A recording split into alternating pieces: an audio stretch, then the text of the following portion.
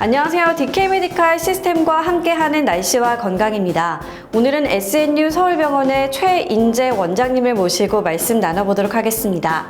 보통 허리 통증 하면 허리 디스크를 떠올리기 마련인데요. 하지만 나이가 들어가게 되면서 발생하는 허리 통증은 허리 디스크가 아니라 척추관 협착증일 가능성이 있어 주의가 필요하다고 합니다. 척추관 협착증이란 어떤 질환인가요?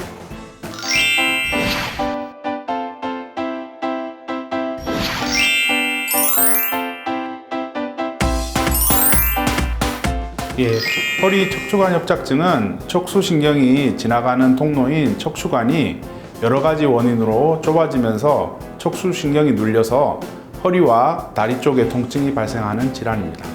네, 척추관이 좁아지고 척수신경에 눌리게 되면서 발생하는 질환이군요. 그렇다면 척추관 협착증이 나타나는 다양한 원인에는 또 어떤 것들이 있는지 설명 부탁드리겠습니다.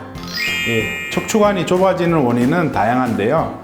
가장 흔한 원인은 나이가 들면서 척추관 주위 인대가 두꺼워지거나 주변 조직이 마모되면서 일어나는 퇴행성 변화로 인해 척추관을 압박하는 것을 들 수 있습니다.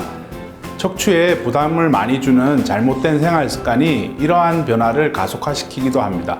이외에도 선천적으로 척추관이 좁은 경우나 척추분리증과 같은 다른 여러 가지 척추 질환과 동반하여 척추관 협착증이 발생할 수 있습니다. 네, 어쩔 수 없이 나이가 들어가게 되면서 발생하기도 하고 또 선천적이거나 또 생활 습관에 의해서 나타나기도 하는군요.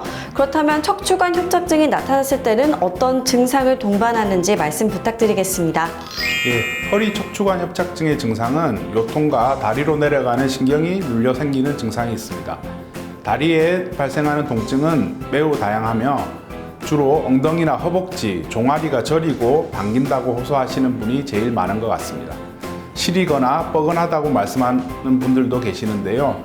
특징적으로 허리를 펴고 걸을 때 증상이 심해지고 허리를 굽히거나 쪼그리고 앉으면 증상이 호전되는 경향을 보이게 됩니다.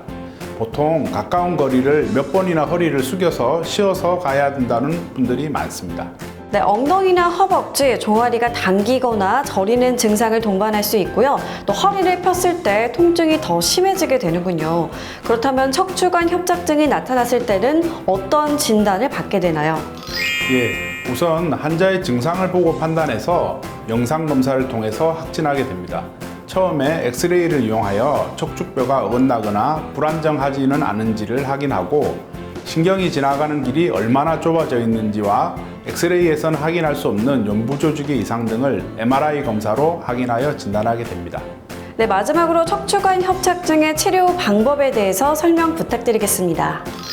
척추관 협착증의 치료 방법은 환자의 증상이나 나이, 활동량, 그리고 협착의 정도에 따라서 결정이 됩니다. 약 80% 이상의 환자는 물리치료, 약물치료, 운동치료, 도수치료, 신경주사치료와 같은 비수술적인 치료로 증상을 호전시킬 수 있습니다.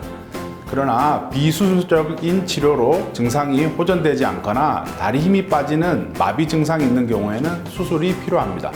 신경이 지나가는 길을 넓혀주는 감압술 같은 작은 수술을 1차적으로 시행하고 척추가 불안정하거나 협착증이 매우 심한 경우에는 나사못을 이용한 수술이 필요할 수 있습니다.